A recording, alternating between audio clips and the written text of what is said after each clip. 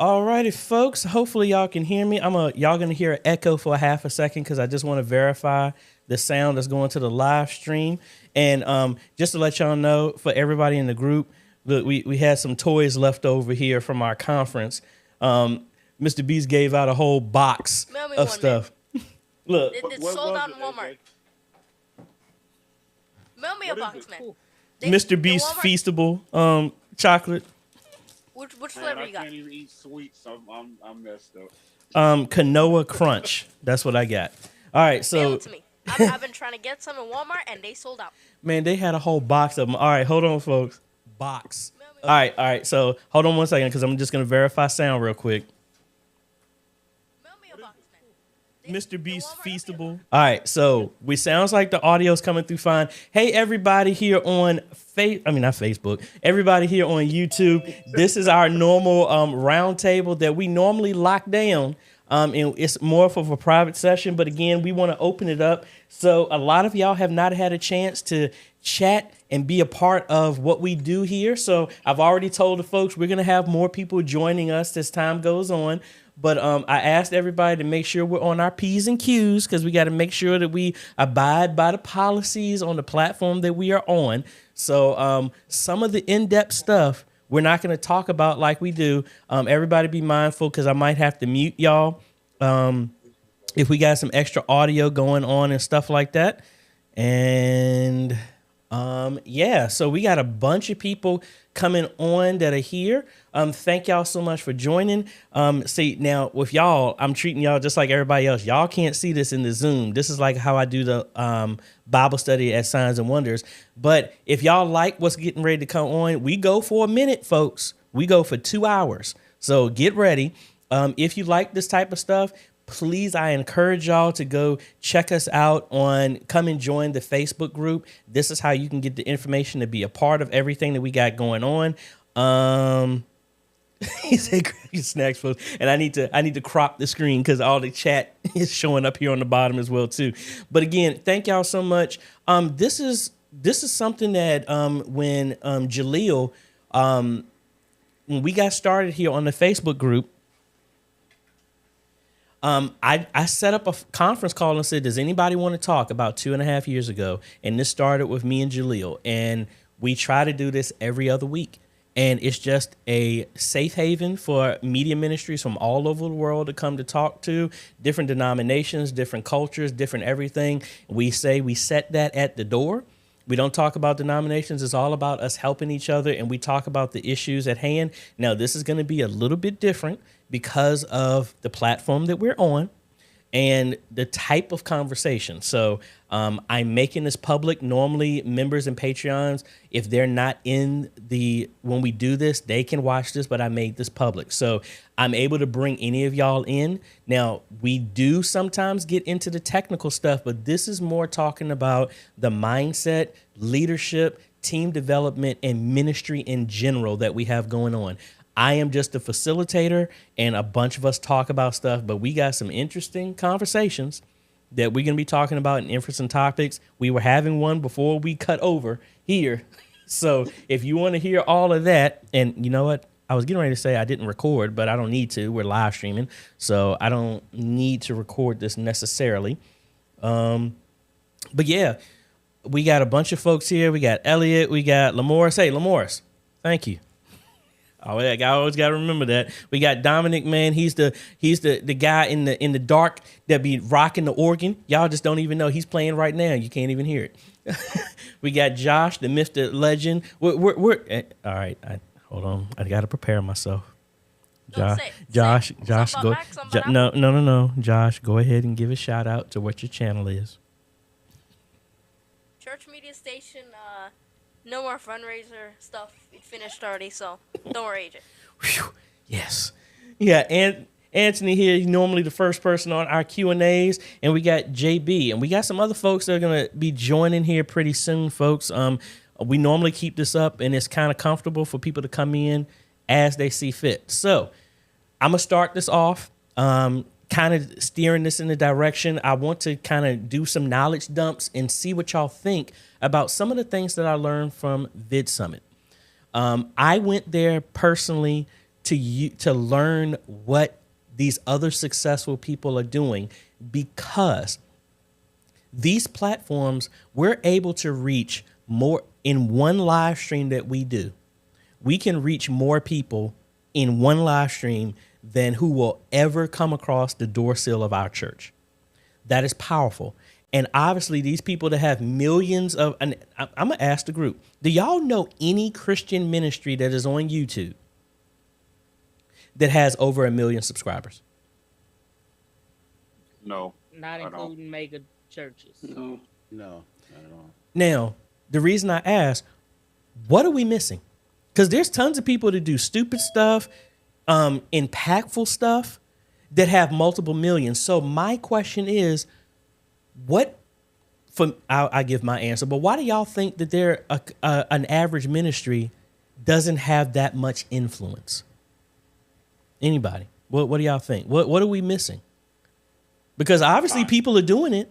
You got people playing games and they can get that many people. So if we're sharing, go ahead. It's time. Time, It's Elliot. time. I'm gonna actually kind of go the opposite way and say it's a consistency thing. It's not always even a quality thing. You can sit there with a cell phone. You can sit there. I know for one, my pastor, he sits there every morning and have a morning. There's he call it Let's Pray, and it's actually fairly, to me, it's fairly deep and insightful. He could be on a morning walk or jog or even doing something with his brother. He might, who's his who they're both the senior pastors of their church. But it's the consistency is the key. And from the moment, and I've noticed this as someone who has access to see the numbers. He starts streaming, seconds, 300 to 500 people instantly on the live feed. And that's just on his personal feed. That's not even including what's being streamed on the church platforms and what's reshared to his brother's platform, who has his own unique following.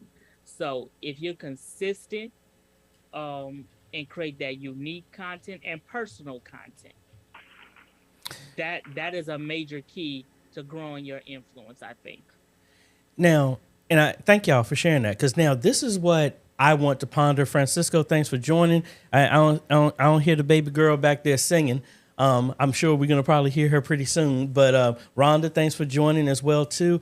I'll put it this way: y'all know that the currency now is influence. That's what it is. Big companies are willing to pay because of the influence. It's us being influential. That's what it's really about. So my answer to that question, I think the reason why ministries haven't got to the 1 million subscribers and that big of an influence yet is because no one deems this as important to even pursue that yet. Because you see anybody, they said being on YouTube is like the #1 job for kids now, that's what they want to pursue coming out. So my question is, why aren't we trying? Well, this is what I think, and I'm a pick on somebody right now just to get his input on this. Francisco, do you really think ministries see media ministry as a ministry? Or do you just see them as a technical janitors that know how to turn on buttons that will allow the lazy people who don't come to church to watch? I would say before COVID, for a lot of, not all, but for a lot of ministries, it was just the technical janitor. After COVID or during COVID, they see the relevance. Like I think Elliot was just saying that when the ministry started streaming, 500 just went up just like that.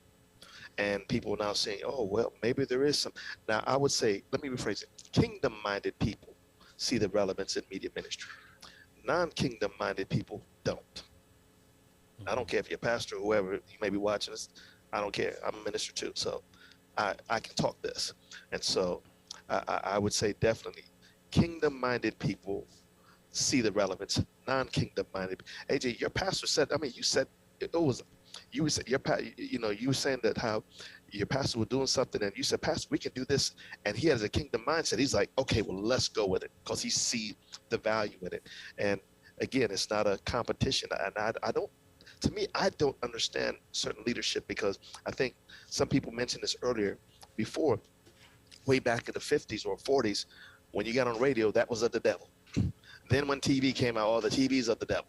Then there were people on the radio. Then now ministers start getting on TV. Now it's like, I remember Josh posted something on Facebook. Facebook was of the devil. Now everybody's trying to get on Facebook.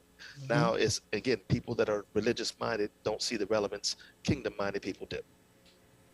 Yeah, and I think that's the concern that I try to raise the attention to. And I said this on the call that we're saying, we got Steve, and I know if y'all aren't here in the Zoom, you can't see it, but I can bring up the comments just like anybody else. And I mean, normally on our Q&As. So I'll bring that up and I'll read it off to y'all.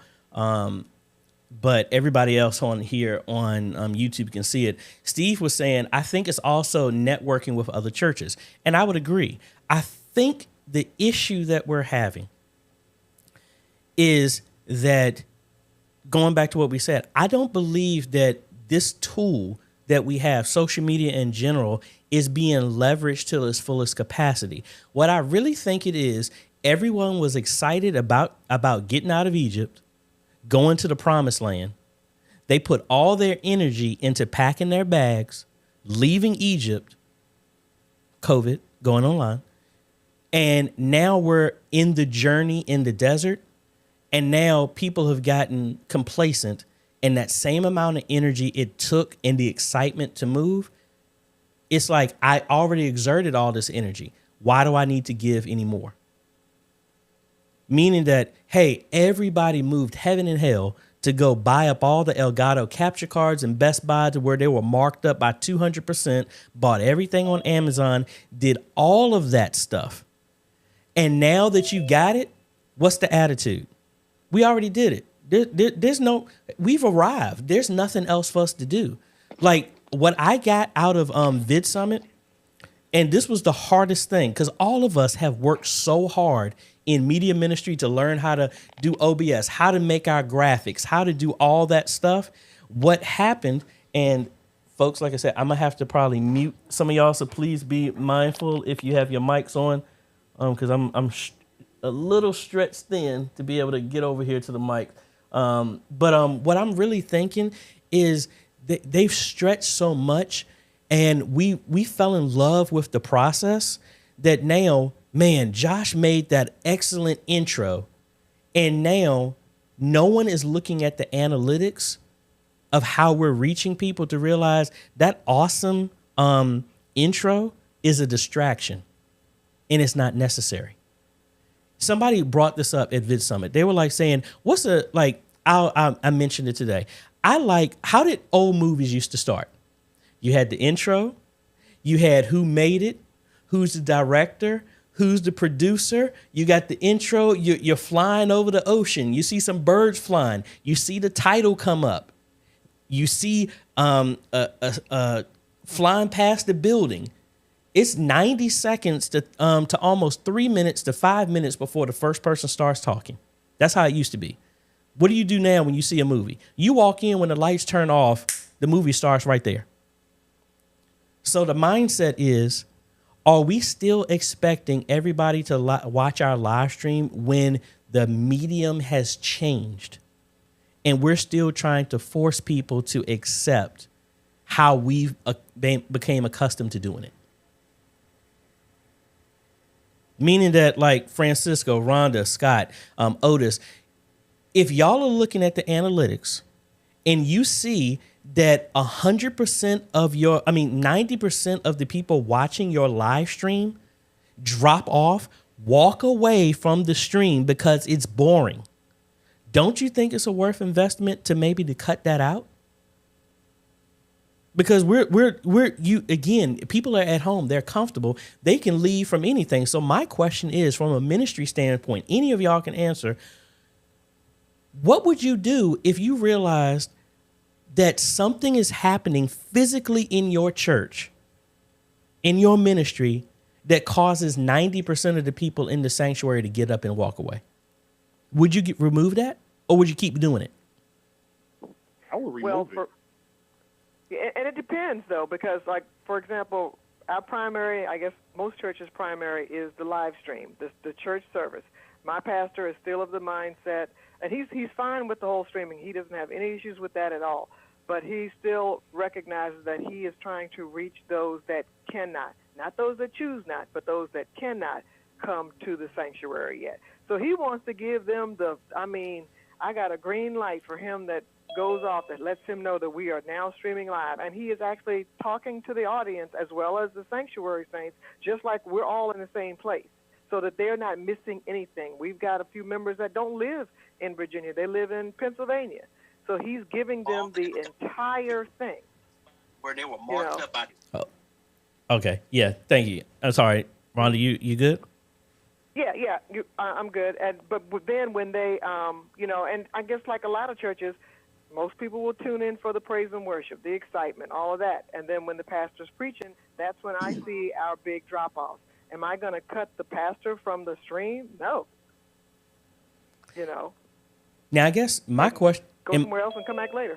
Yeah. Now, my question to that, and this is what I'm gonna sit down, and I don't know if it's big shout out to Pastor David Taylor. Today is his birthday. My pastor, happy birthday, sir! If you're watching, I got I got a conversation that I gotta have with him, and I want to know what y'all think about this.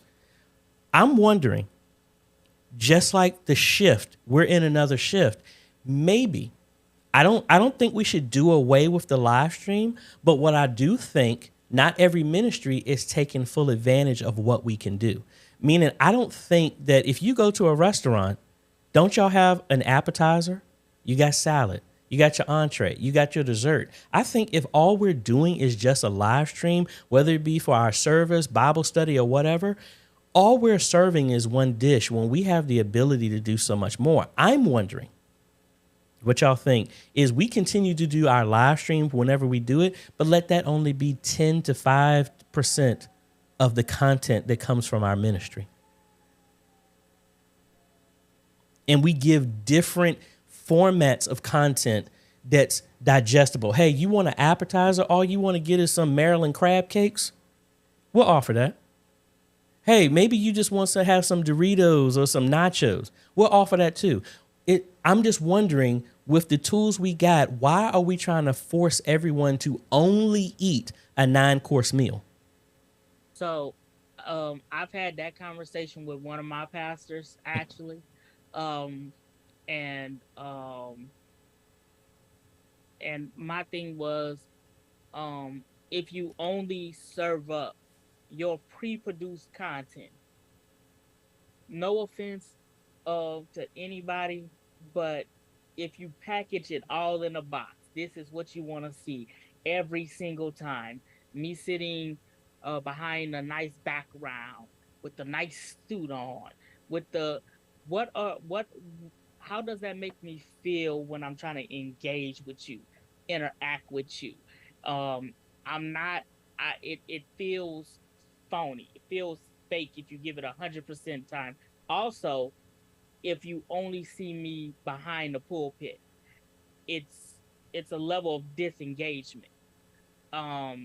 It's saying, hey, I'm not willing to engage with you guys one-on-one or in a group setting or in an online setting and allow you guys to ask me questions, give me feedback, and allow me to be structured or semi-structured, as opposed to I'm preaching at you. And that's something that we have to look at. And that do I sound like I'm screaming? No, you're fine. No, you're fine. Getting a little too excited. But because a lot of people will feel that you're preaching at them, not to them, or not with them. Same thing with prayer. Hey, hold on one sec, Elliot. Hey, y'all, everyone on the call, be mindful of y'all's mic. All right. All right, hold on one second. Let me make a change real quick. All right, go ahead, Elliot. Sorry about that. No problem. So, some people always feel that you're preaching at them, praying to them, not with them, for them. And that's something that I think that we can do better in our community. And I think as tech folks, it's it's part of what we do to educate our leaders or our visionaries or the people we're taking our cues from, um, in helping guide them in the best way to present themselves or to reach out to other people. Awesome. Let me we got Chaz out here left a comment here saying it would help if our church members weren't so passive. We can't even get them to like, subscribe, and share, which again, that's one of the tools to help get us out there as well too. The idea is us as media ministries, we are not magicians, we are not wizards. We can do as much as we can from a tech standpoint, but we can only do but so much. And again, it's like if you sent out evangelists to go die on the vine, what are they going to do? Die on the vine. And that's just like with any other ministry that we have. We have to have buy-in. We have to have contributions. And again, y'all, I know I'm preaching to the choir here, but how many of y'all have had a bunch of y'all, just raise your hand, be in the chat if y'all have done this as well too, that you had to run and do everything yourself and you've put in way more time than one service to get stuff done. Yes, sir. And that's why I think I agree with Chaz. I mean, we need more people to be willing to do this. You don't have to be we don't need people to be super technical. When I look for people to be in media ministry, I can care less if you don't know the difference between a chip and a microchip. What I really need is willingness. You're willing to put in and make what we produce, the ministry that goes out, better than average. Let me jump over here. KCMI 89 was saying it's true. Not many people are watching from start to finish. This is going back to, are we willing to cut out the fluff that we see is not effective? People should pay attention to these things and make necessary changes if noted. Monty here. I would love, in going back to more content that our ministries can produce than just a live stream, I would love to see more content from leaders, inspiration for the day, 5-minute power hour, easy, quick videos. Again, ministers, pastors who are on this call, I love y'all. But every message that you got should not have to take 30 minutes to an hour. Again, I say it like this. Are we trying to, now, hold me accurate, because I know I don't know everything. Jesus satisfied people's needs first and met them where they needed help at first, then did other stuff. So are we, ministries as a whole, are we throwing everything in the kitchen sink? Well, let me go back and comment on a post that I did a while ago in the rant that we had from somebody in the group.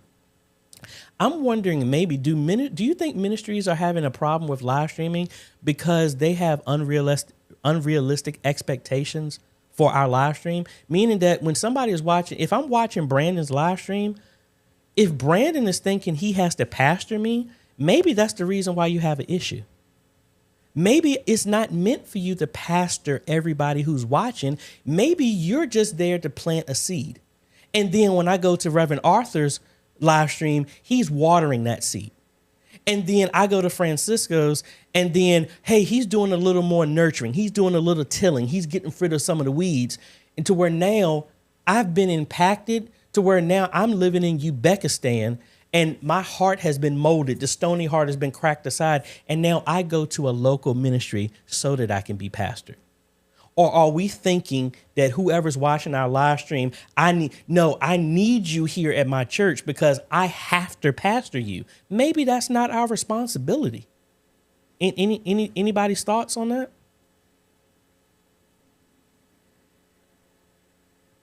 AJ, I agree with you 1,000%. It all gets back down. Paul said it well. You plant, someone water, but God causes it to grow. And you often say, when you win, I win. So if someone goes to Josh's website, goes to his live stream, hears something, then comes to me and hears something, and then give their heart to Christ, watching Brandon, to God be the glory. It's all about the kingdom of God. So that's my whole stance on it. Anybody else got any thoughts?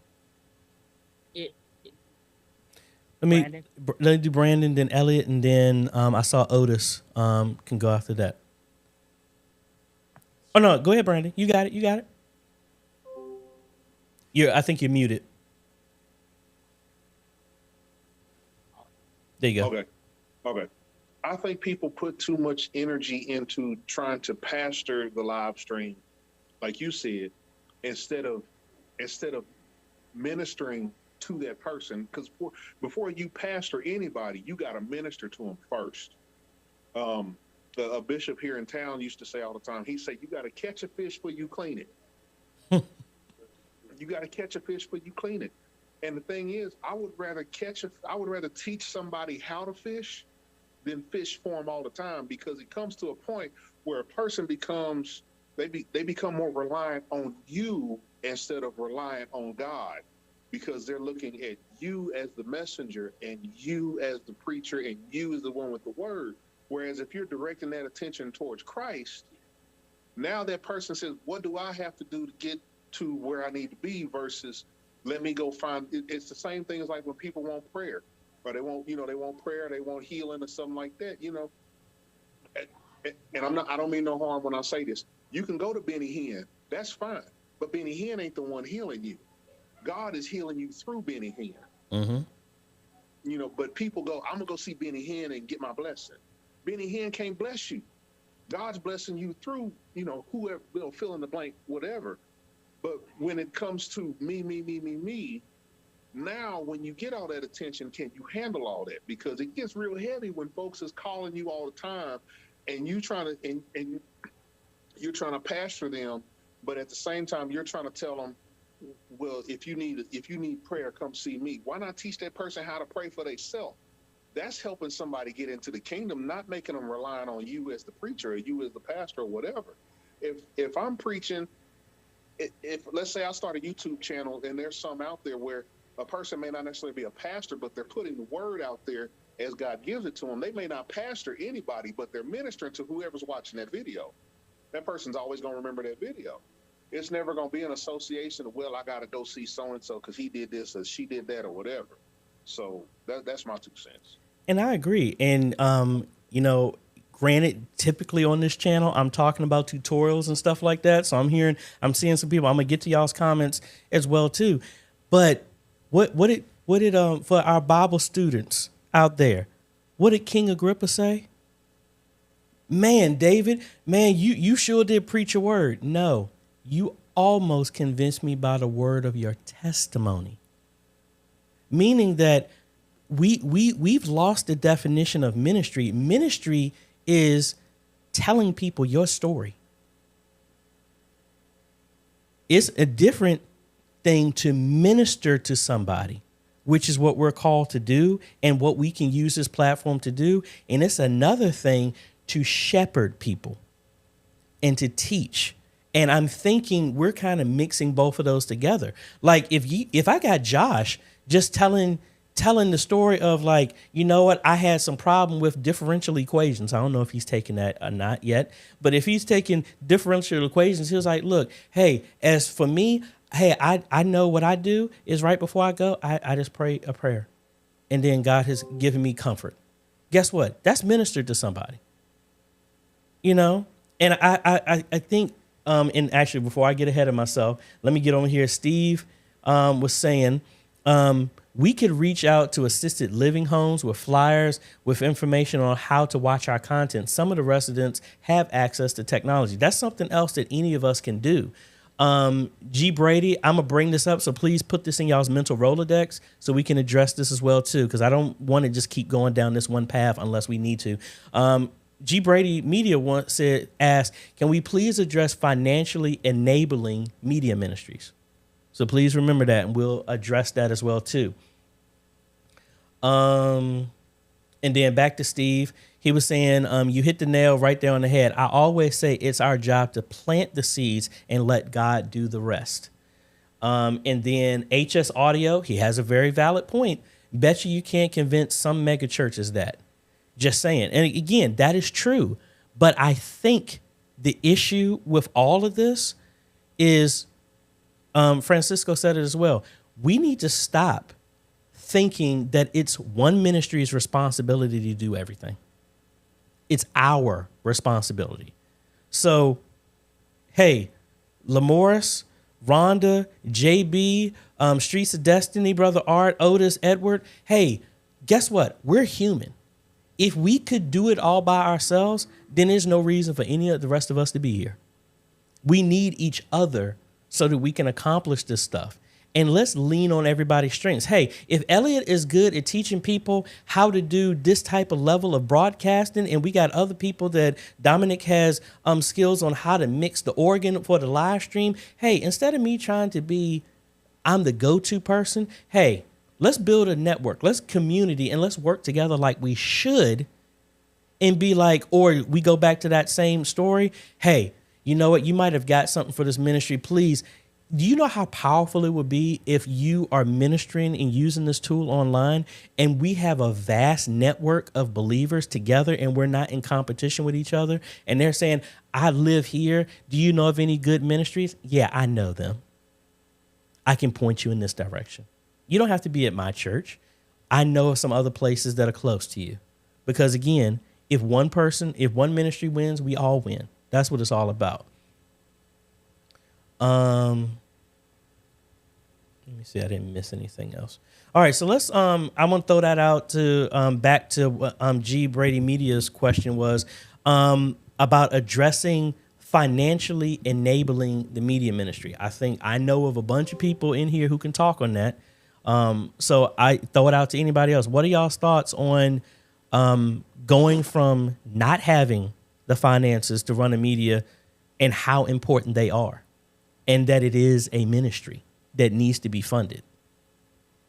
I honestly believe that it should be treated like every other ministry in the church, regardless if it's a brand new ministry or not. Because when I started out, I literally developed the ministry by myself. No funds came from my church at all. And even to this day, I still don't get anything, not 50 cents, not nothing. The only time I get paid is if I have to run our sound system or if I have to live stream a non-member's funeral. But for me to be there every Sunday using my own equipment, I'm there to live stream Sunday school and Sunday morning service. I get absolutely nothing. So what I told them was, if you're telling me that the church can't afford it, when we get back on a stable financial ground, do not forget those that were willing to do this stuff for nothing. And because I know who you pay Sunday after Sunday, I know how much they get, and I get absolutely nothing. So when we get back on stable ground, don't forget the one that started this, because I don't want it to get to a point to where I'm going to just throw in a towel and say, you know, I'm done. You got to treat our media department like every other paid ministry in that church, because honestly, without our media, a lot of people still wouldn't come to church because half of our congregation is not coming. So they're only getting it on Facebook and YouTube. And because of the selfishness that the last pastor did by deleting our original YouTube page, I literally had to recreate everything all over again. So I'm doing double work because of somebody else's ignorance. So don't forget those who stayed with you and put in the work to build this when you get back on financial ground. You know, you can't treat us like we're bums on the street, because without it, half our church wouldn't even know what's going on. Now, and I'm going to leave open for everybody else. Now, again, the people who are way more Bible scholars than me, please fact check me, hold me accountable if I speak in jest and I have something wrong. I have to address this because I'm a musician. We got a bunch of musicians here in the room, and this same conversation 20 years ago, we had the same thing. Where should you pay your musicians? Now, hold me if this is true, folks. Your tithes and offering, what is it for? It was for maintaining. It was for maintaining the church. And what was the rest of it? The leftovers were used for what? Paying the people who maintained the ministry. That's what it was for. That's biblical. That's what it was for. Yeah, Elliot, go ahead. Okay, so bring ye all the tithes to the storehouse, so there may be enough meat to take care of my house. So I'm gonna go in and just break that down right quick. That scripture is talking about the sacrifice unto God that the priest had to make for the people on behalf of the people to God, because that's what their job was. And then the leftovers, so there may be enough meat in my house, was for all the people, the Levite priesthood. And I spoke on this the other day with a friend.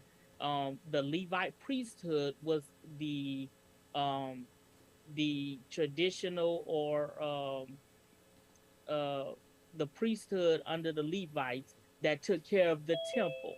So it was within that this is for them to be taken care of. It wasn't for them to drive a Bentley or fly across the play or eat, and it talks about that in Malachi too. Um, I'm not gonna get into the logistics of that, but that's what that was for. The people who worked in the temple, and not just the priests. You had people who took care of the altar, people who took care of the cleaning. You had people that did different things in the temple, and what was left over after the sacrificial offering was to take care of, to feed the people that worked in the temple, that took care of God's house. Yeah, and I'm again. Anybody else's thoughts about that? I really think that we're shortchanging what we got. God has provided us with this technology, allowing us another way to reach. Just like we used to raise money to send evangelists all over the world. That's the same thing we're doing. But guess what? Now we don't have to fly people all over the place. Instead of you buying a $2,000 plane ticket, how about a $500 ATEM with a camera, with a decent internet connection, and then we can reach all over the place. Anthony? It's like the media ministry is a vital part of the church's network, so to speak. When COVID hit, that was our only means of getting the word out. I mean, no matter what people say, when COVID hit, our church shut down completely because 90% of our congregation is between the ages of 50 and maybe 80. So those older members were not going to come out to any type of service. We had it shut to where it was no baptisms, no communions, no funerals, no nothing. Literally, the only ones that was in the church building during that whole year was me, my interim pastor, his two sons.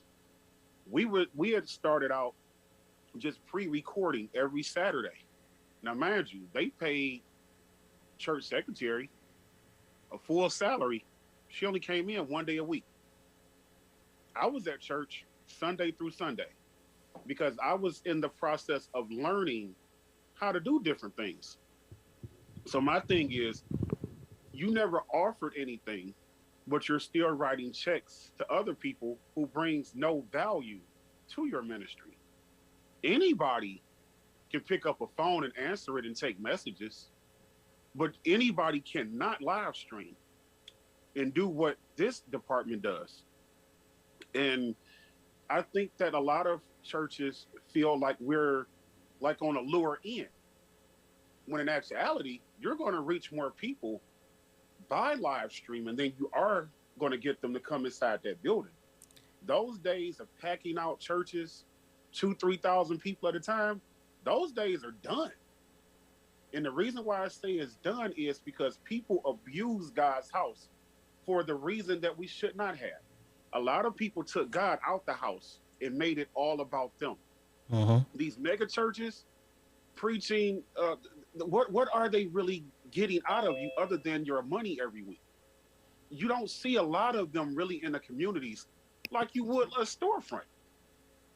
So these churches have to take in consideration, without this media department, where would we really be right now? We're going on 3 years dealing with this COVID scare, and then these other aspects are popping up. So you can't just shun what we have built and what we're doing, because at the end of the day, we're just as important as any other person in there.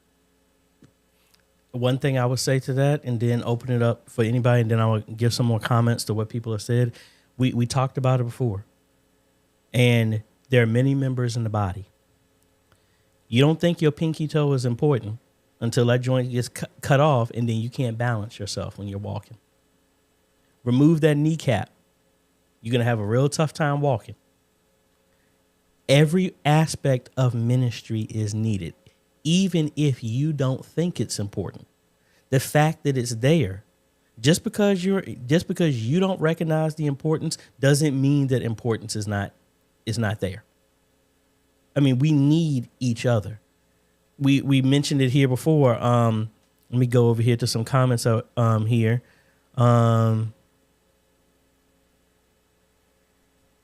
Rosalind was saying here, there's a few ministries that the church deems irrelevant to receive any type of compensation. I mean, and again, I think what's a old analogy? You abuse what you don't understand. You know, if you don't understand it, you don't think it's important. I mean, how many of y'all, again, I don't know how cars work, carburetors and all that other stuff. I have no interest in it. But you know when my interest is important? When that car don't start. That's when it's important to me.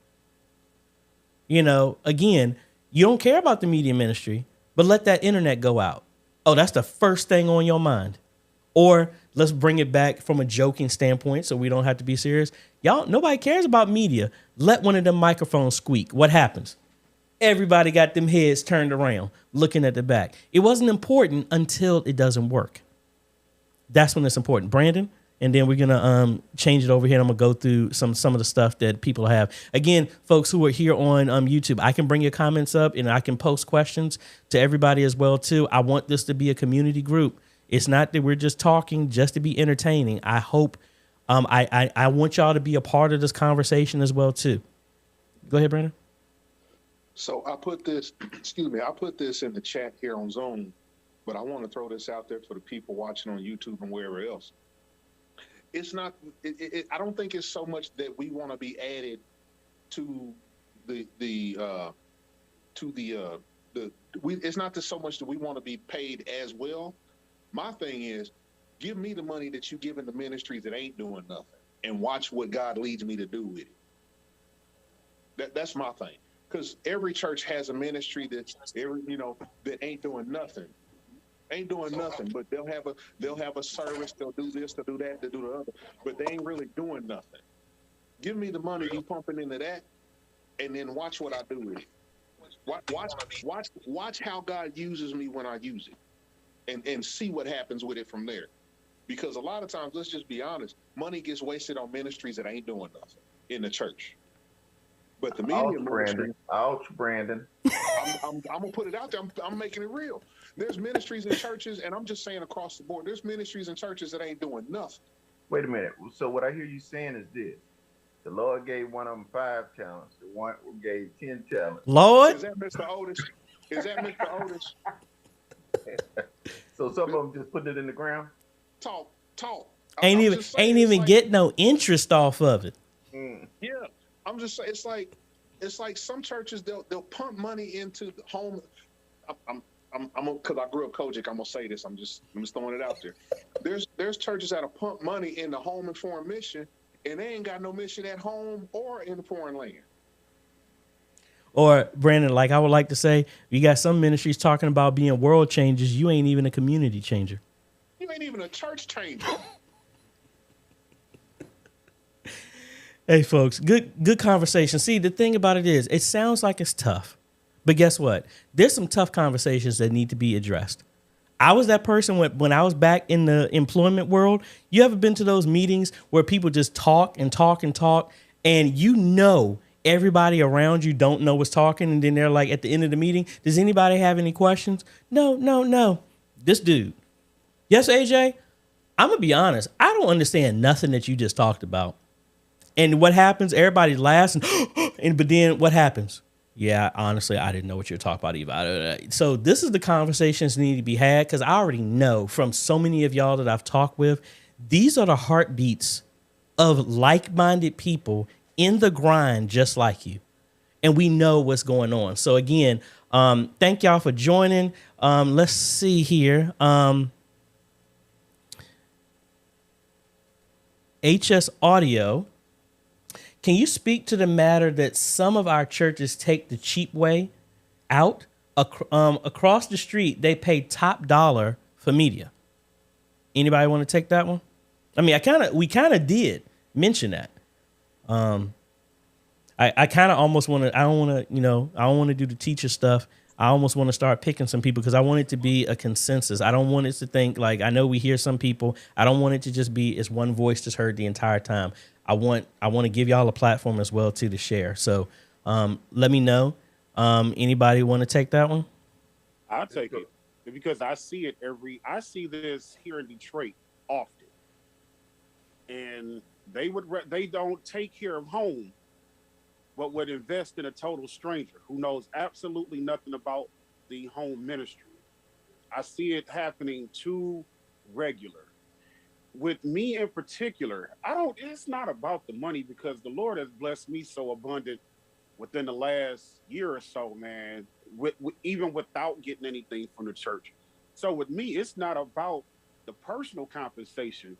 It's really about the act of just showing that you appreciate the work that is going into it. Because you have some people that only come knowing they're getting a check. They don't come for the total ministry work. They don't come for the sacrifice, but they're coming for that paper that they're gonna get during the pay time. And like I said, I see it.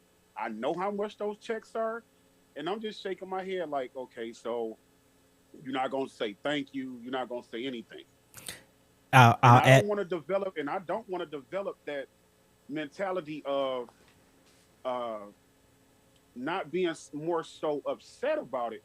It's the principle behind it, because I know AJ, I've learned this from you and other people in this group.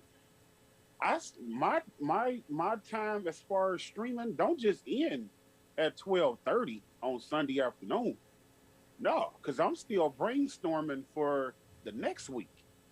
I'm brainstorming how I can make Sunday school streams better. I'm brainstorming on how I can navigate and get this funeral broadcast live, without any hiccups on Saturday.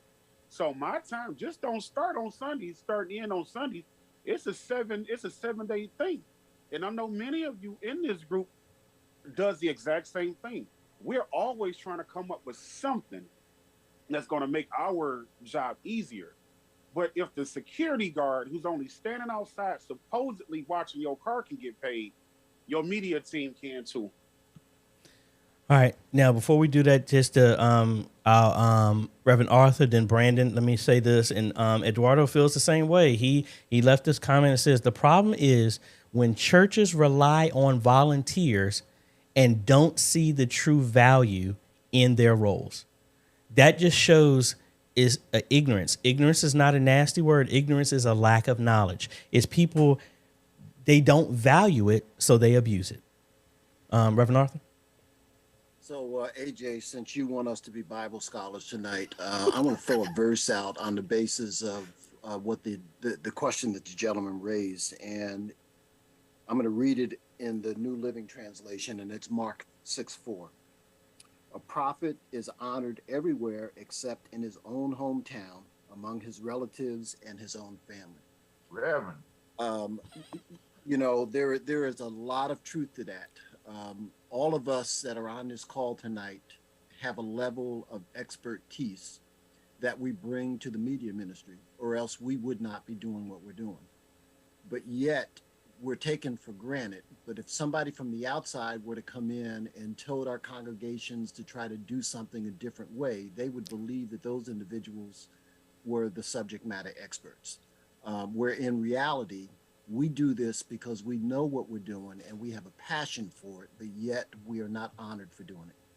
And agree, and I think everybody will agree, we don't do what we do to be recognized. We do this because it's a ministry and it's a calling, but we do need to be recognized. Completely agree. Brandon, then Lamorris.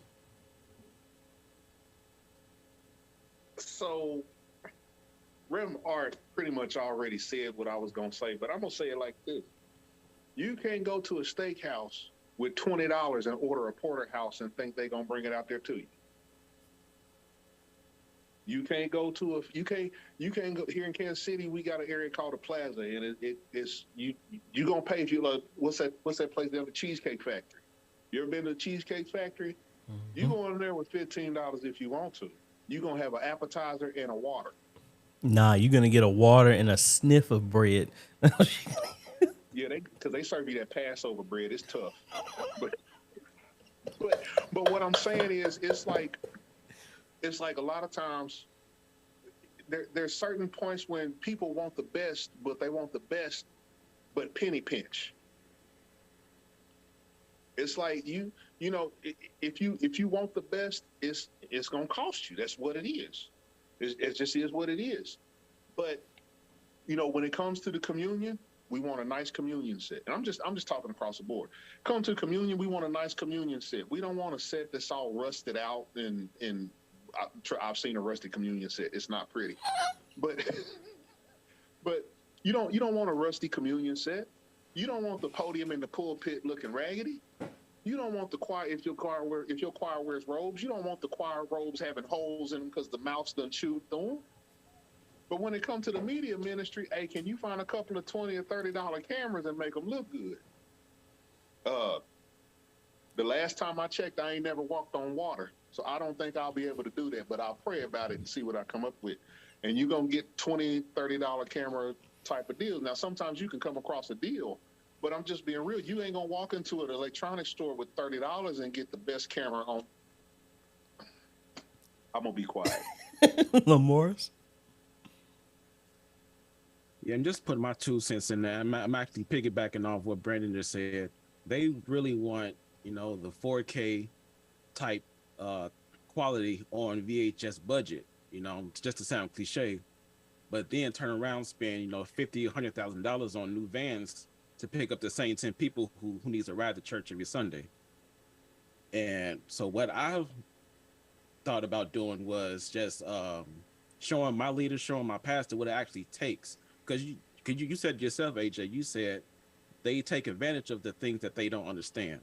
They don't understand what media takes to get things done. And so pretty much that's what I did. So I actually showed my pastor a list of everything I do for church. And he said, wow.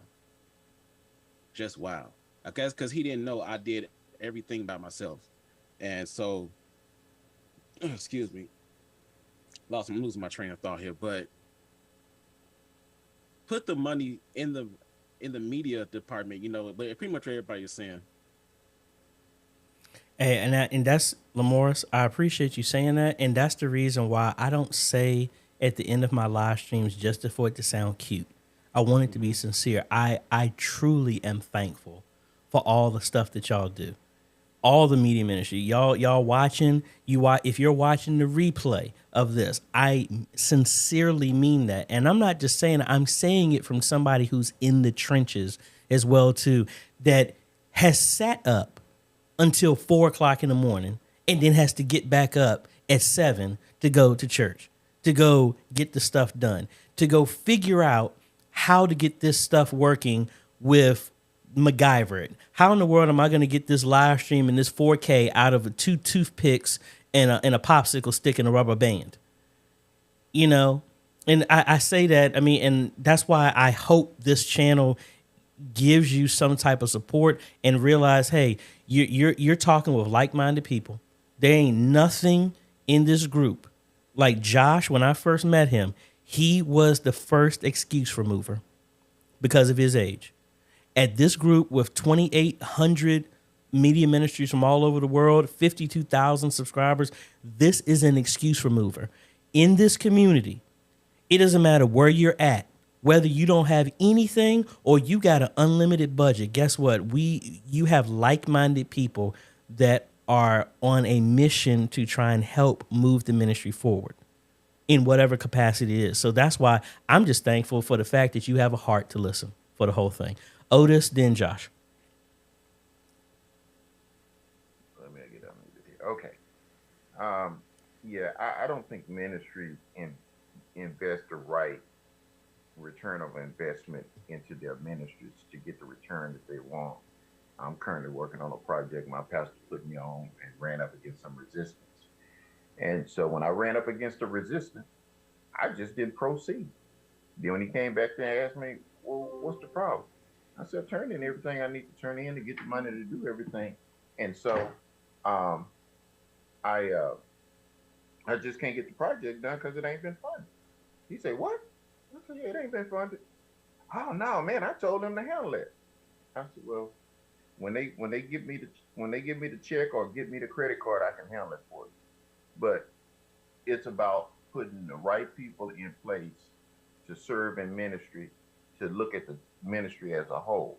And so, like in this particular instance on this project that I'm working on, it was delayed 2 weeks because I ran into some resistance. And matter of fact, here was his question.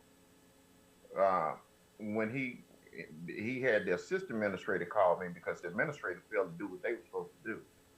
And she asked me, she said, you known for paying out of your pocket. Have you paid out of pocket to get this done yet? I said, no, I'm just going to wait.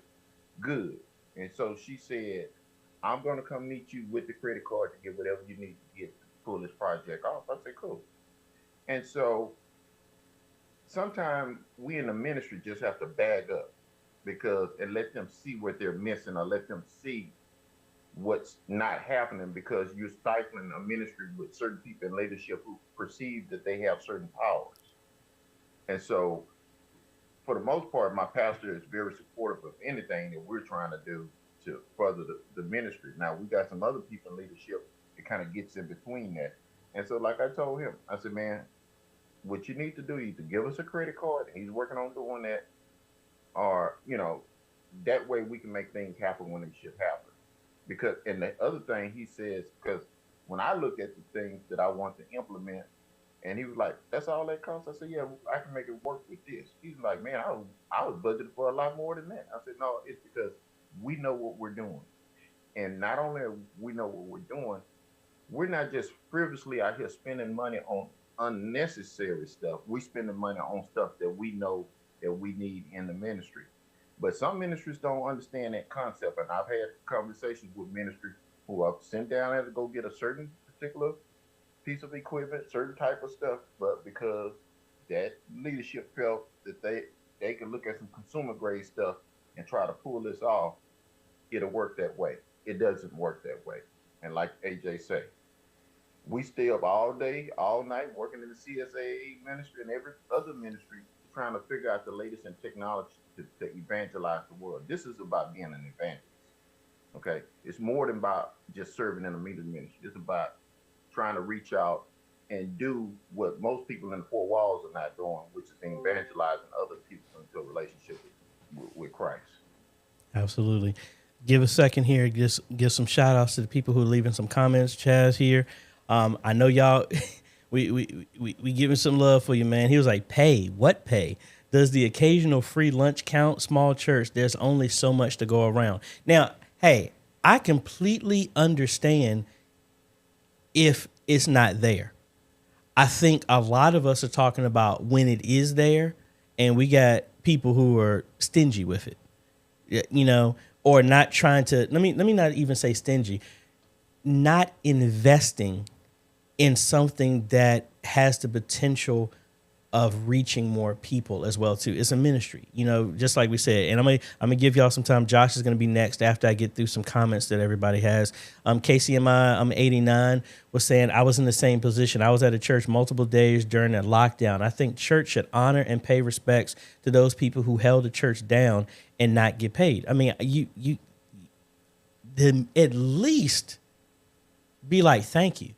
Because again, I think we don't get stuff. God doesn't bless us if we can't even be think about it. For y'all who have kids, how much do you want to do for your children when they are doing what they're supposed to be doing? But as a good parent, don't you take care of them anyway? But then how much more is it when you take care of them and they're like, Mom, Dad, I really appreciate all that you're doing for that. Doesn't that just make you want to be like, man, I just want to do more? You know? I don't know where that came from, but hopefully that helps whoever. We got the classics. Teamwork makes the dream work. Yep, that's true. Now, people, just be mindful. We haven't had to do this in a while. Don't spam the comments. We got, I don't know if y'all see it.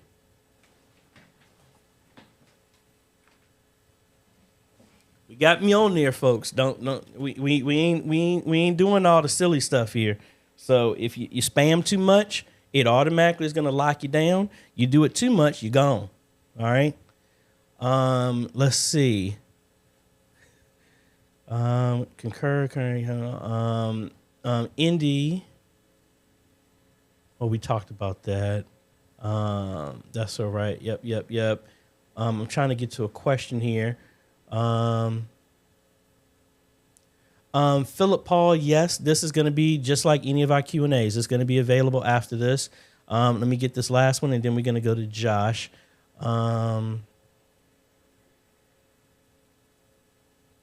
Actually, Sabbath, we actually mentioned that, but I will bring that back up. Josh, go ahead, fire away.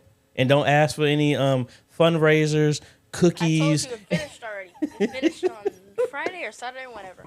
But I was saying in the chat, if some people saw, speaking of seeing how everyone was speaking and whatnot, I was thinking we should have like our own, leave our church on for one weekend and have our own special service. So one of y'all preach, either between AJ or Reverend Leek, one of them two, and I'll take dibs on music and broadcast. Man, we already got that. That's the E-Missionary Cruise. Y'all come on there. We're going to preach about relaxing. Man, not everyone got all that money. Hey, God will make a way. God will provide. Let's see. And again, I want to make sure we stay there. We're going to give it one more because I don't want to bash everybody's head in, even though sometimes it's needed.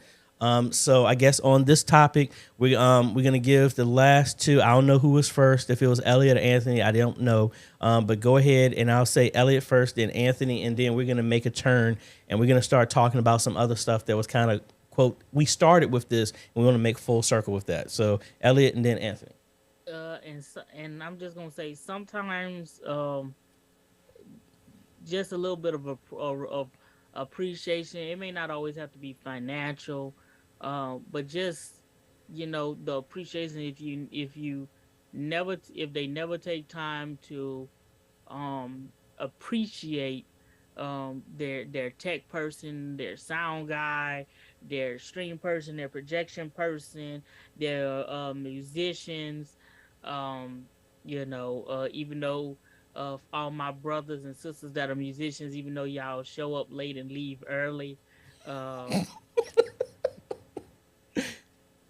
I don't know who's those. That won't me, but I know a few. I had to throw it out because I know quite a few. They never there. They're always there about 5 minutes after service start. And as soon as the pastor finish that last note on that close, they out.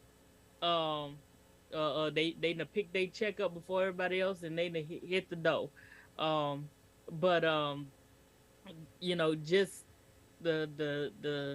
Just the appreciation. It's not always about the money, and I because I know we touched about it at length, and God knows, I've been serving, and even before people were really streaming and everything, I've been serving since I was 10 years old, and I'm 30 now, and it's only been in the last 8 years or so that I've started drawing a salary here or there. Wasn't always small. Um, it's been a lot of fights. It's been a lot of challenges. And I tell people I love what I do and I do what I love. And I'll be the first one to say, when I start not loving what I do, I will quit and move on and get back to what makes me happy. Anthony, and then I want everybody to get prepared because we're gonna do a round robin. Got a question coming up for everybody, and that includes everybody on that's watching on YouTube as well. Go ahead, Anthony. Okay. When I started this stream, it was, like I said, right in the heart of COVID, or in the beginning stages. And like I said, we're heading into our 3rd year. The first time I actually built a streaming system for a church, I was recommended by somebody here in Detroit. And this church is over in Akron. When I got to and all churches are not like some where they don't appreciate, the work that you do.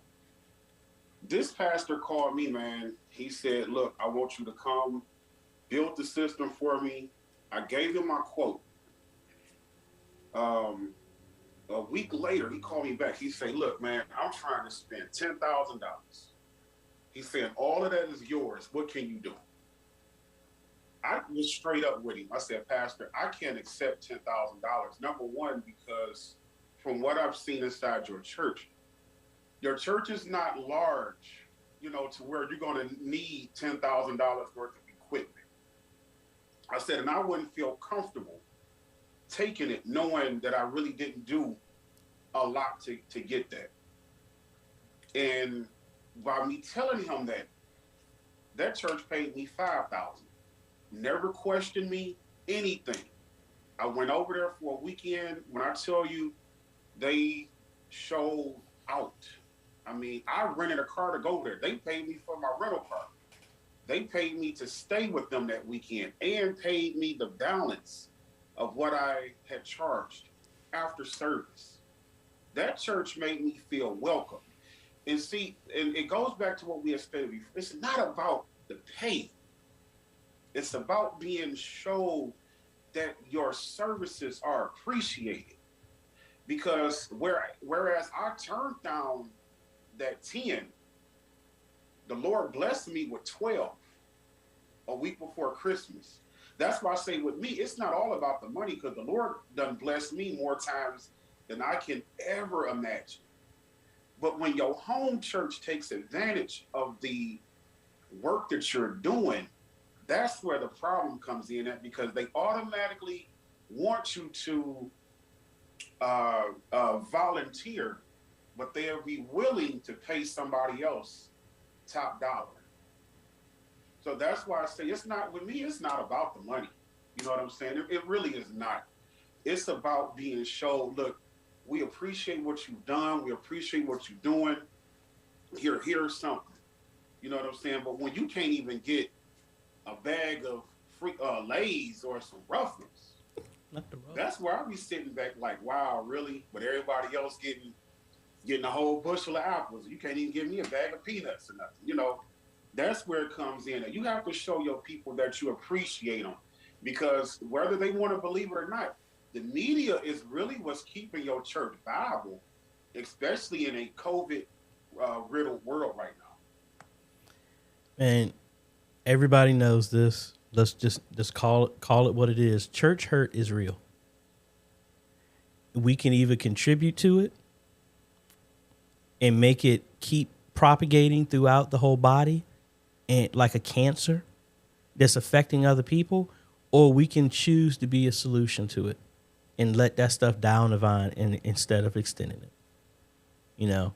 And there's no reason why anybody should feel some type of way and hurt inside of the ministry. That's just me personally. I think that's just a sign of immaturity and not really understanding. Because if you actually loved yourself, you wouldn't do that to anybody else. All right, so we're gonna make a turn. We got a couple of questions. So I don't want it to be that we're always talking about doom and gloom. One of the things that we're talking about is, and I'm putting everybody on the spot because this is how we have a mastermind going on right now. I believe in where one or two people are gathered, a third person shows up, and we got another mind there that actually will utilize our creativity and our imagination. So everybody get ready. I really expect everybody to answer something like this. The idea is, what is one thing that you can do that we can add to the ministry outside of live streaming to leverage social media in a new way in ministry? Starting with Josh. You only got 30 seconds, and we're gonna move over. Just one. What's something else that can be added? And I need y'all to think. Y'all got more time. Money. Okay. Reverend Art.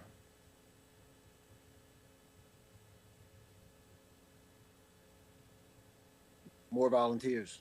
All right. Pat?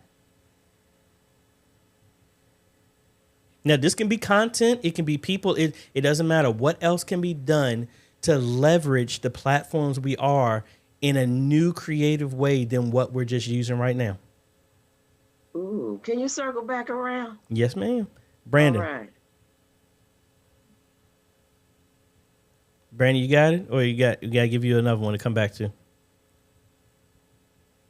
Yep, you, Brandon. Mm-hmm. I would say I'm looking into YouTube Shorts right now. I'm trying to figure out how to utilize that. That's the one thing I'm gonna throw out there. I'm gonna leave it at that one. All right. The Wests. Learn what others are doing that are successful and emulate. All right. Dominic? I am actually emulating some stuff from TikTok and sharing it out that way. All right. Lamorris? I would say quick testimonies after service. It's like for like a YouTube short or Instagram video. You stole me, so now I got to come up with a new one too. Good one. Excellent. sorry. No, you're good. That's what it's for. Oh, and my stuff shifted. All right. Elliot.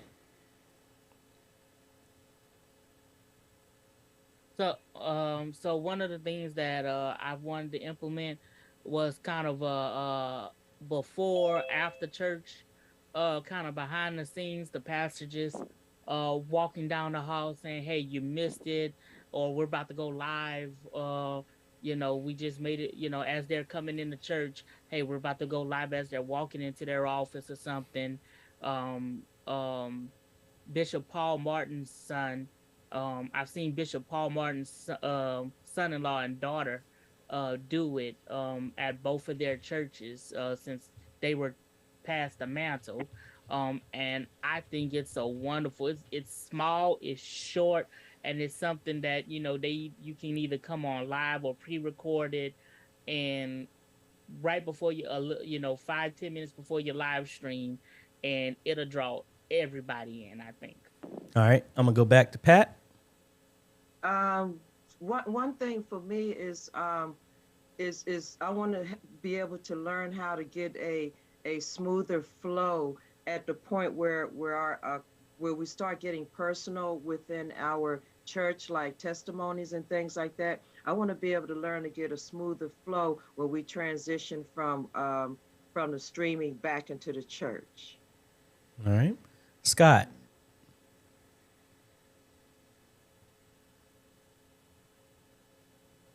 All right, I'll come back to Scott. JB. Also money, like Josh was saying it. Okay. Rhonda? Yeah, there's been some really good things. I think one of the things for us is to just switch it up. Everybody knows what the flow is. They know when to join, when to drop, whatever. Switch it up. All right. Keep them guessing. Awesome. Brother Art, Streets of Destiny.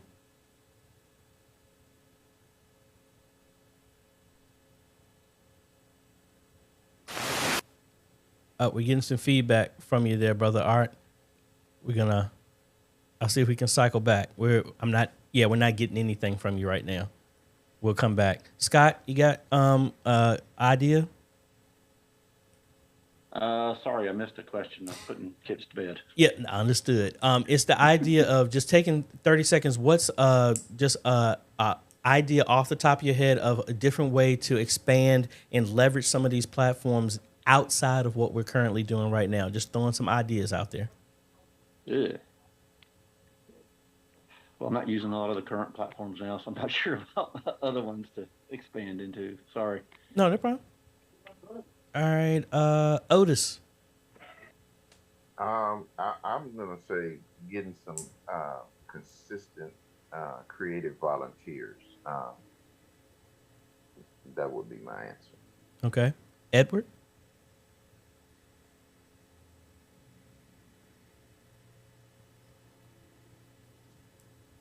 You were unmuted for half a second, then it went back. There you go. You're unmuted now.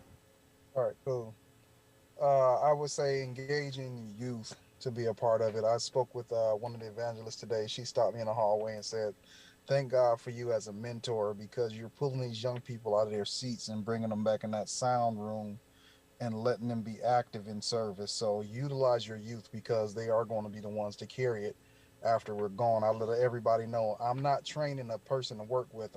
I'm training my replacement, because I'm not going to be here for the rest of my life. That's just, I'm not saying I'm dying. I'm not saying I'm leaving tomorrow. I'm just saying I want to leave it better than when I showed up. Absolutely. Absolutely. I'm going to cycle back to some other folks as well, too. I'm going to get some ideas from everybody out here. Creative for Fun. We got testimonies.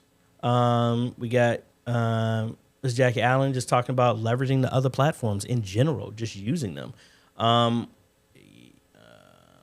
We got Shay saying the same thing about shorts and testimonies. We got daily and weekly devotional shorts. HS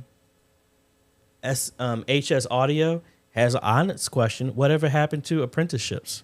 Kind of like the same way. We bring some other people and, be able to teach that, offer that out as well, too.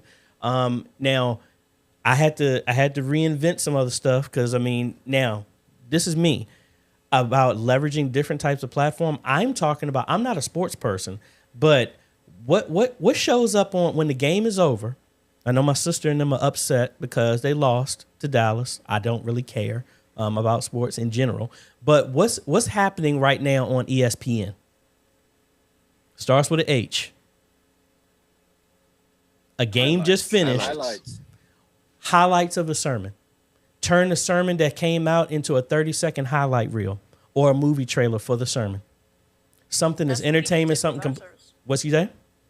That's what we just did with our sermon yesterday. We just posted one this morning. Yep. It's about.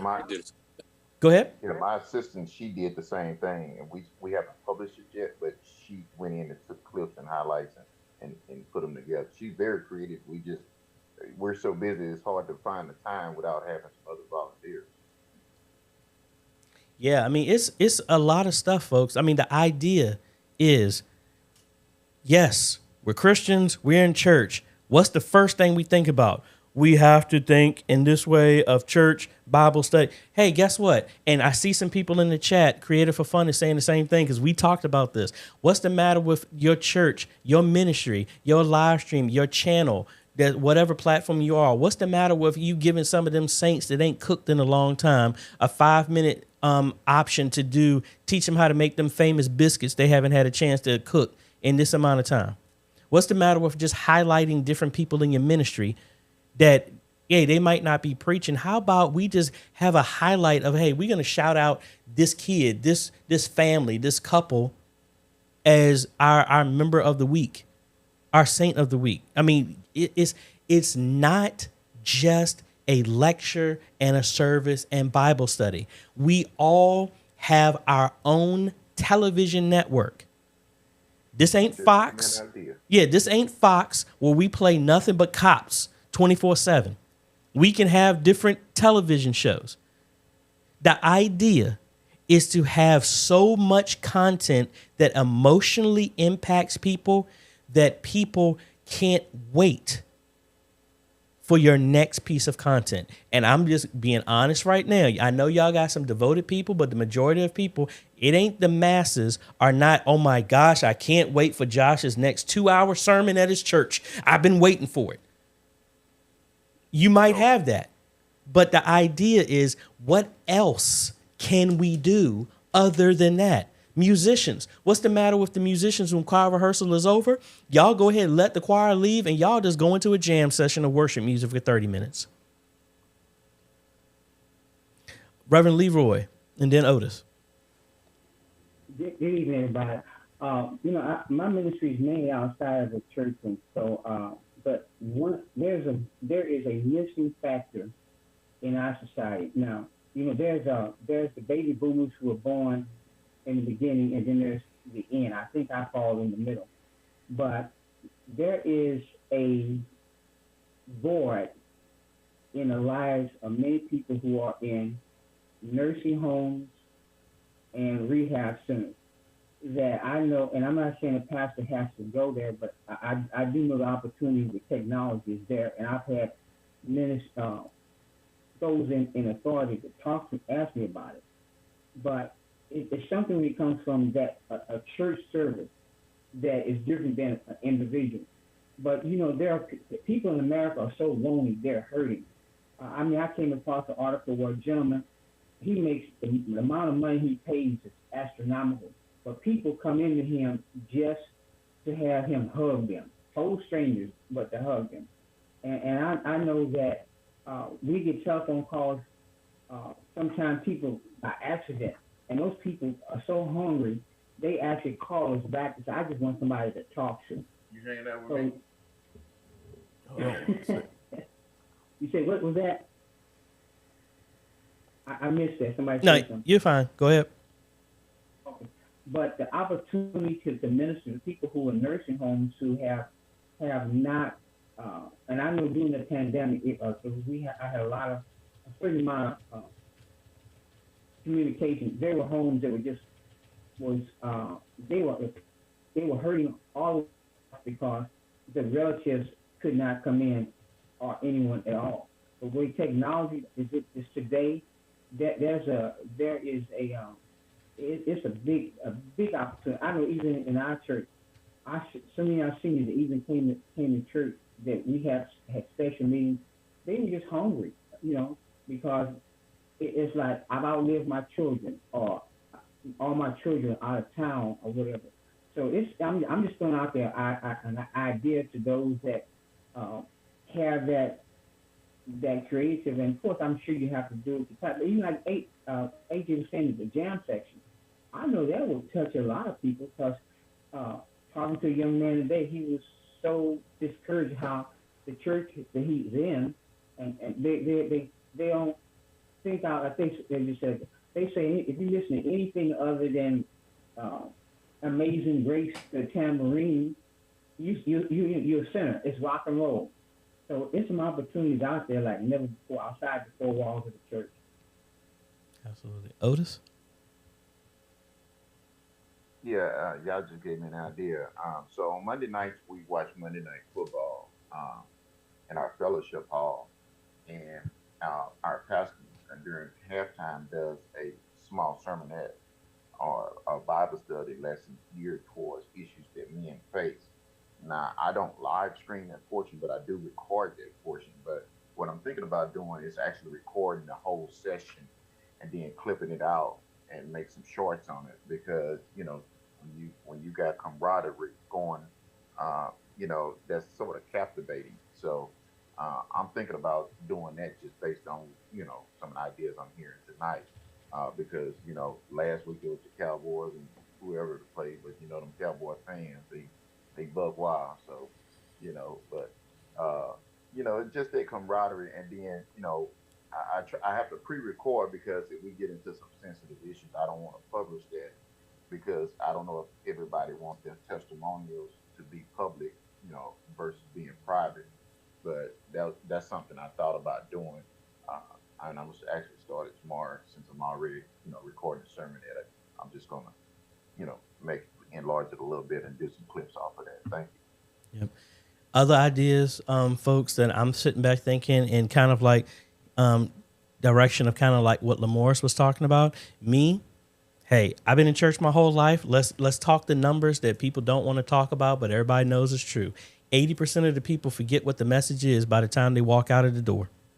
So for me, I'm thinking about setting up a camera right before church leaves, before people walk out, and ask them in a short, what did you get out of today's message? Just something simple. What's some other stuff we talking about? Everybody, I mean, people are going in on the chat. Again, y'all have seen we're getting ready to do this as well too. Our Bible trivia, our game shows, different types of things. More like Mike does this as well at their church in Canada.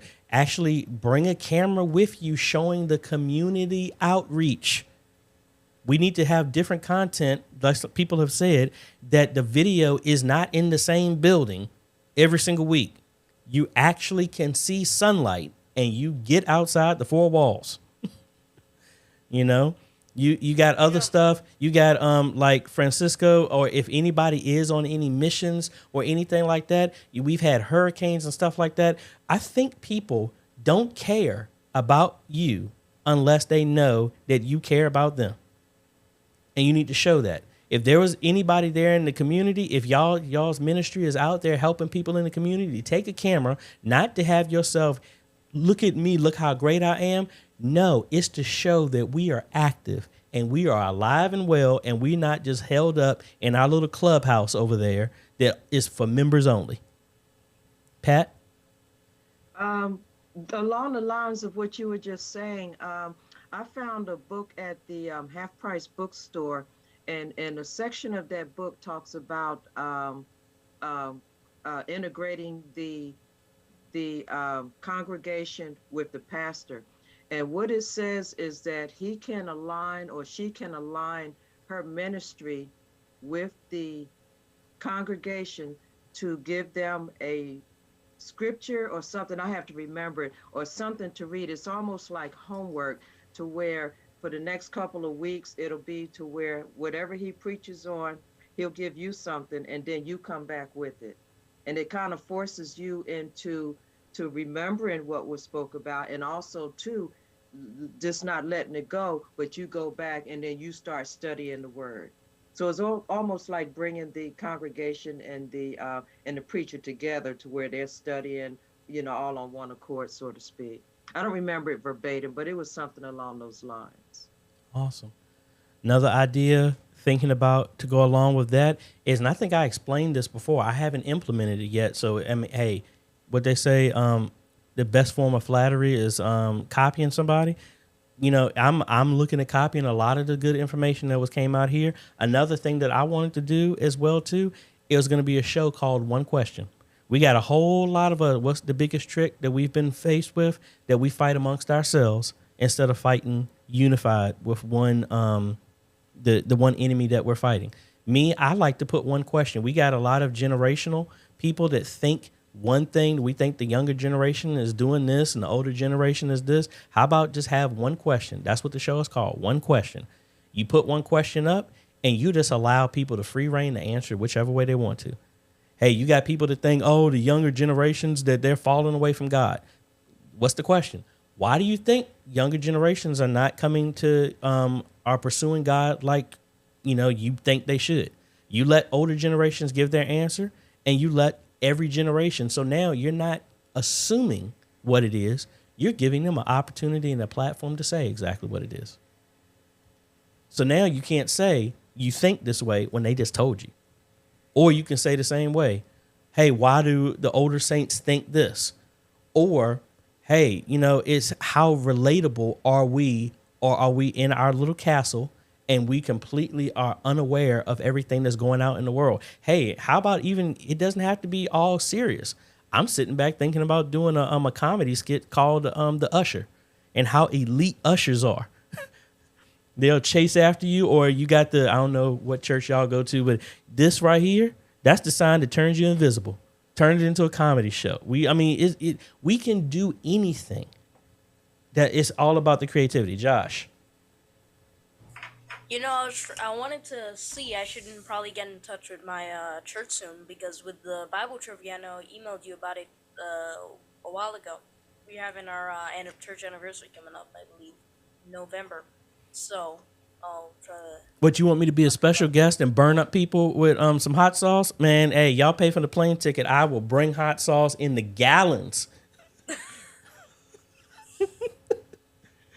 We got some other folks here. Again, folks, I mean, I just want to give a big shout out to this entire group, folks. I mean, I love the people that I associate with. I've developed some relationships outside of just YouTube with some of these folks. And again, yes, I am going to promote this group to high heaven because I think it was ordained for it to be like that. That there's something about working with a bunch of people come together when they're unified in purpose for trying to be about ministry. Now, I don't always do a live stream of what we do, and this is more of a closed knit, and that's why I say, folks, I've said it so many times, and y'all, people in here will agree. If you've never been to a roundtable, you don't know what you're missing.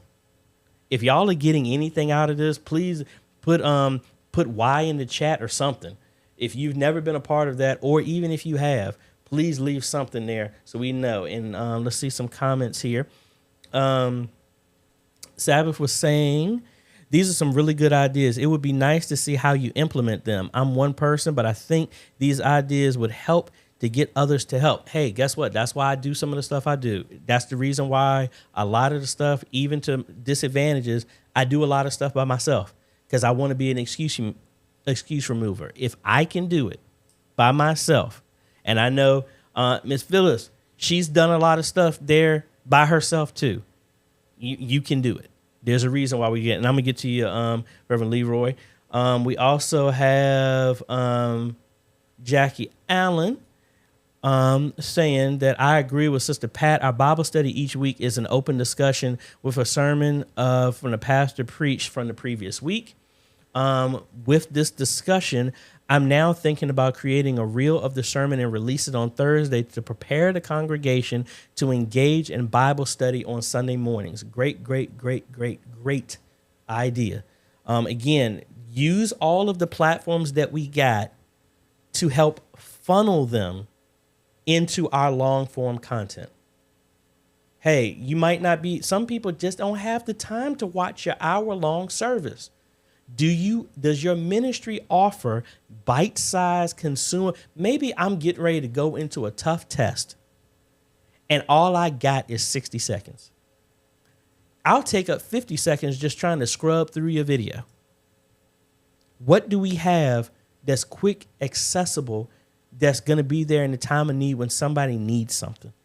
You know, Francisco, what if I'm in a troubled relationship and maybe or I'm like Francisco and his wife, they do stuff on Facebook. He also has where he's talking with men about being good leaders and fathers in ministry. Maybe that a little excerpt of a powerful part of your content, 30 seconds, maybe that's that 30 seconds I need to get over.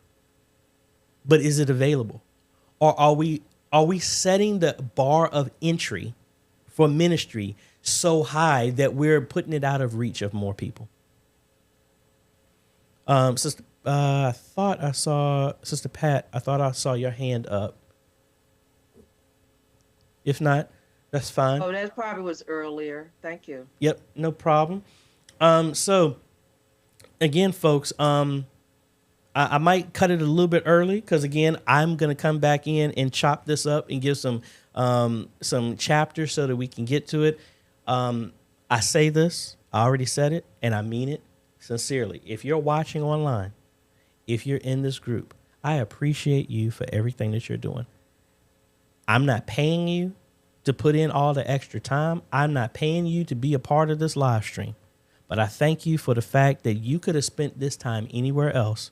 And I appreciate that you're being here. And more importantly, I thank you for all the hard work and dedication through the entire time, whether you started doing your media ministry this afternoon or you've been a part of it for the last 50 years. I thank you for all your dedication and hard work that you're doing it, because there's somebody that heard this message because of the work that you put in. What you're doing here, When you make OBS, vMix, XSplit, the ATEM, the Roland, whatever a piece of equipment you're using, your cell phone, to start sharing, making content in any way, shape, or form, there are millions of people who have now heard the message of Jesus Christ because of your effort. Don't ever think that maybe somebody in your town doesn't appreciate it, but there's somebody on the face of the planet that's thanking God for what you did. So I thank you and I appreciate you. And as best as I possibly can, I use this platform to help as much as I possibly can. Thank you. Appreciate. Keep it up. If you're feeling discouraged, hey, come to the group. Hey, we'll lift you up. That's what it's all about.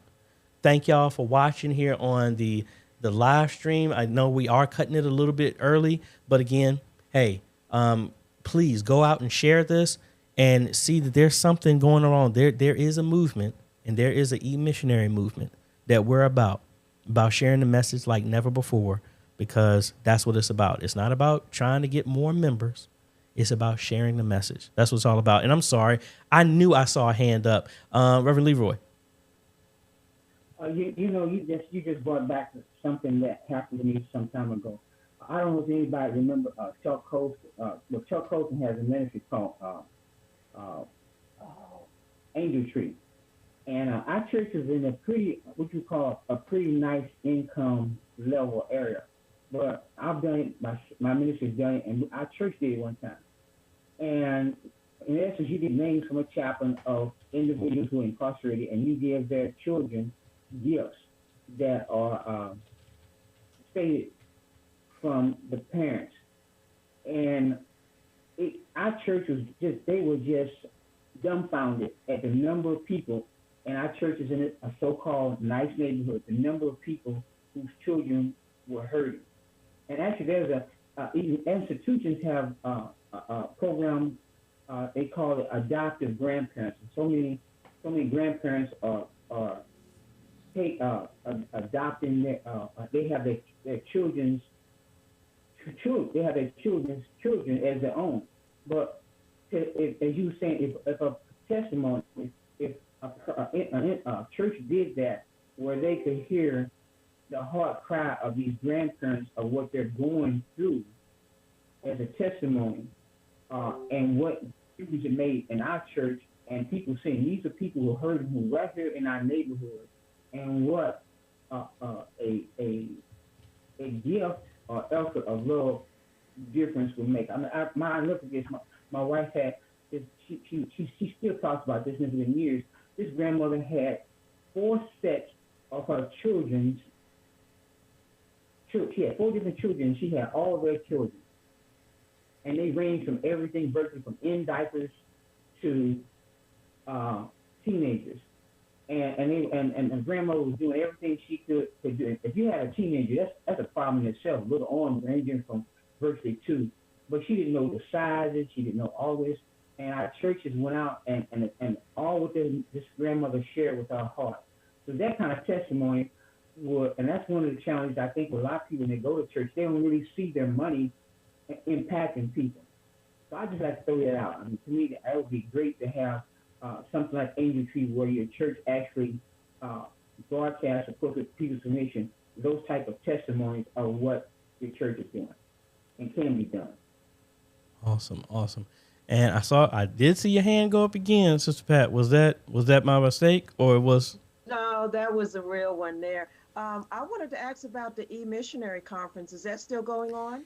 It's going to be rescheduled to next year. And honestly, because it was supposed to be October 22nd, but just so much stuff was going on. Okay. And I went to Vid Summit to learn how they ran a conference. And I'm going to say it right now, be mindful of the time.